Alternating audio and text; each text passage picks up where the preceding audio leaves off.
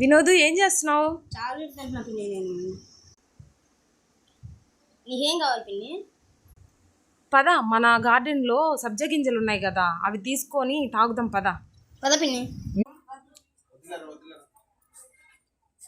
పద పిన్ని. అయిపోయిందా? అమ్మకి ఇచ్చేసి అమ్మ చేసి ఇచ్చేది తాగుదాం. సరే పద. ఒక దాంట్లో ఎన్ని ఉంటాయి అక్క?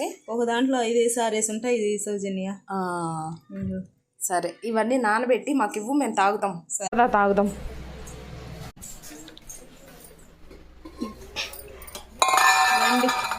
ఇవి మంచి ప్యూర్ సబ్జా విత్తనాలు చూడండి.